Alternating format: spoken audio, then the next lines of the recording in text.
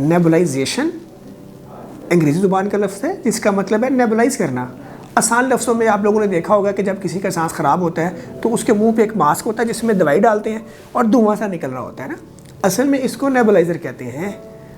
पीछे एक मशीन होती है जो बिजली पे चलती है, उसके साथ एक ट्यूब होती है, ट्यूब के साथ एक मास्क होता है जो मुँह पर लग जाता है, और जब उसे बिजली से ऑन करते हैं तो फिर वो मशीन ख़ास तरीके से खुश करके जो है ना उसके अंदर से फिर मिस्ट निकलती है, एक धुआं सा निकलता है जिसको नेबुलाइज़र कहते हैं।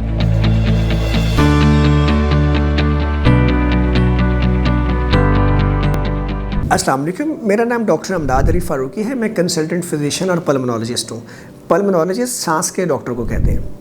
एक दफ़ा एक मरीज़ मेरे पास आया, मैंने उसे जो नुस्खा तजवीज़ किया उसमें मैंने नेबुलाइज़ की हुई दवाई तजवीज़ की। अगले दिन मुझे मरीज़ की तरफ से कॉल आई कि डॉक्टर साहब मेरा सांस ख़राब हो रहा है, मैं क्या करूँ। जब मैंने उनसे पूछा कि जी आपने ये दवाई इस्तेमाल की, ये दवाई की, नेबुलाइज़ भी किया, जी डॉक्टर साहब मैंने भाप ली है। मैंने कहा क्या? नेबुलाइजेशन अंग्रेज़ी ज़ुबान का लफ्ज़ है जिसका मतलब है नेबुलाइज़ करना। आसान लफ्ज़ों में आप लोगों ने देखा होगा कि जब किसी का सांस ख़राब होता है तो उसके मुंह पे एक मास्क होता है जिसमें दवाई डालते हैं और धुआं सा निकल रहा होता है ना। असल में इसको नेबुलाइज़र कहते हैं। पीछे एक मशीन होती है जो बिजली पे चलती है, उसके साथ एक ट्यूब होती है, ट्यूब के साथ एक मास्क होता है जो मुँह पर लग जाता है, और जब उसे बिजली से ऑन करते हैं तो फिर वो मशीन ख़ास तरीके से खुश करके जो है ना उसके अंदर से फिर मिस्ट निकलती है, एक धुआं सा निकलता है जिसको नेबुलाइज़र कहते हैं। तो मैंने तजवीज़ किया था नेबुलाइज़ करें, जबकि वो साहब स्टीम लेना शुरू हो गए।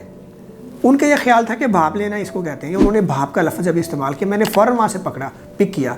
भाप उर्दू में और इंग्लिश में स्टीम कहते हैं। और यहाँ पे आप खुद ये गौर कीजिए ज़रा कि स्टीम एक हाई टेम्परेचर धुआं होता है। जब पानी उबलता है तो फिर उसमें से धुआं निकलता है। इतना गर्म जो धुआं होता है वो 100 डिग्री प्लस होता है। तो मुझे आप बताइए कि अगर किसी को सांस का प्रॉब्लम हो, फेफड़े उनके काम नहीं कर रहे या सांस का प्रॉब्लम आ रहा है और मैंने नेबुलाइज़र तजवीज़ किया है, उसकी जगह पे वो जब स्टीम का इस्तेमाल करेगा और स्टीम गर्म हवा जब उसके लंग्स में पहुंचेगी तो उसको प्रॉब्लम बढ़ जाएगा।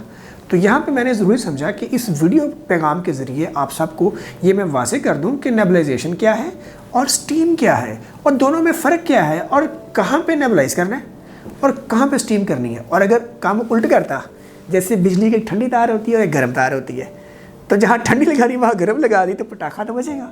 बिल्कुल यहाँ पे भी ऐसी बात है।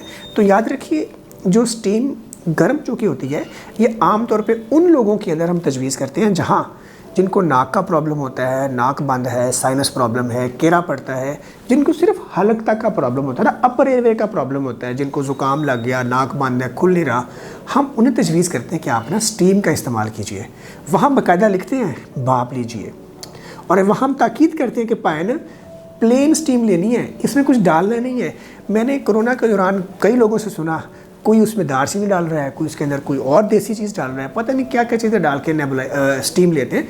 तो याद रखिए भाप अगर लेनी भी है तो सादा पानी की प्लेन स्टीम लेनी है, उसमें कोई चीज़ ऐड करने की ज़रूरत नहीं होती।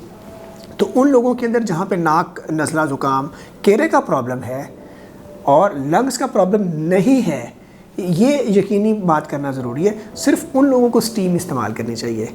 और स्टीम भी इस्तेमाल करते हुए बड़ी एहतियात एक और जो करने वाली है वो ये है कि स्टीम पैदा कहाँ की जा रही है। अगर तो स्टीम आम जो रवायती तरीका है कि देचकी में पानी डाला, उसको चूल्हे पर रखा और फिर स्टीम पैदा कर रहे हैं, तो उस दौरान चूल्हे से देचकी का हिलना और हिल के वो गर्म पानी का जिस्म पे गिरना, ऐसे वाक़यात भी सामने आ जाते हैं।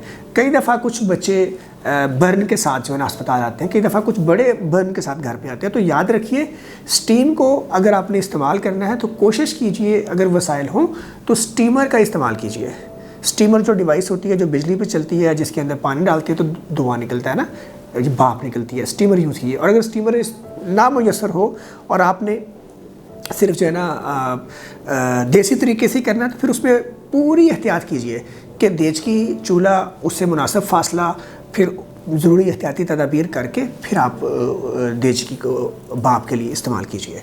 अब हम आ जाते हैं नेबुलाइजेशन की तरफ। नेबुलाइज़र छोटी सी डिवाइस होती है जो इलेक्ट्रिक डिवाइस होती है और उसके अंदर एक ट्यूब लगी होती है और मुंह पे मास्क लग जाता है, उसमें दवाई डालते हैं, फिर उसमें से धुआं निकलता है। याद रखिए ये जो मिस्ट होती है, ये जो धुआं होता है ना, ये रूम टेम्परेचर वाला होता है या उर्फ़े हम कह सकते हैं ठंडा होता है। ये गर्म नहीं होता। ये वो नेबुलाइज़र की मिस्ट है जो हमें COPD के मरीज़ के लिए, दमे के मरीज़ के लिए, जिन मरीज़ों को सांस के अंदर रुकावट हो रही है, लंग्स का प्रॉब्लम है, वहाँ इस्तेमाल करने की ज़रूरत होती है।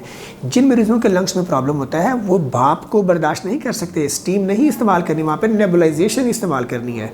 और फिर यहाँ पे नेबुलाइज़र में डालने वाली दवाइयों की मुख्तलिफ़ किस्में हैं, तो तजवीज़ करदा दवाई की मिकदार और तजवीज़ करता दवाई ही इस्तेमाल करनी है, ना दवाई में तजावज़ हो, ना दवाई की अज्जा में तब्दीली हो। और जहाँ नेबुलाइज़ कहा है तो उसको नेबुलाइज़ के तरीके से ही इस्तेमाल कीजिए। ये एक ज़रूरी मेरा पैगाम था जो मैं आप तक पहुँचाना चाह रहा था, क्योंकि कई फैमिलीज़ ने नेबुलाइज़ की जगह पे भाप को इस्तेमाल किया और नताइज फिर जो है ना वो उलट हो गए। तो मुझे उम्मीद है कि ये वीडियो आपके लिए बड़ी मुफीद साबित होगी। इस पैगाम के ज़रिए आप अपनी फैमिली और अपने अज़ीज़ो अक़ारब, अहलो अयाल, दोस्तों का भी फ़ायदा कर सकते हैं। मज़ीद रहनुमाई और मशवरे के लिए अपॉइंटमेंट के लिए दिए गए नंबर पर रब्ता कीजिए। शुक्रिया।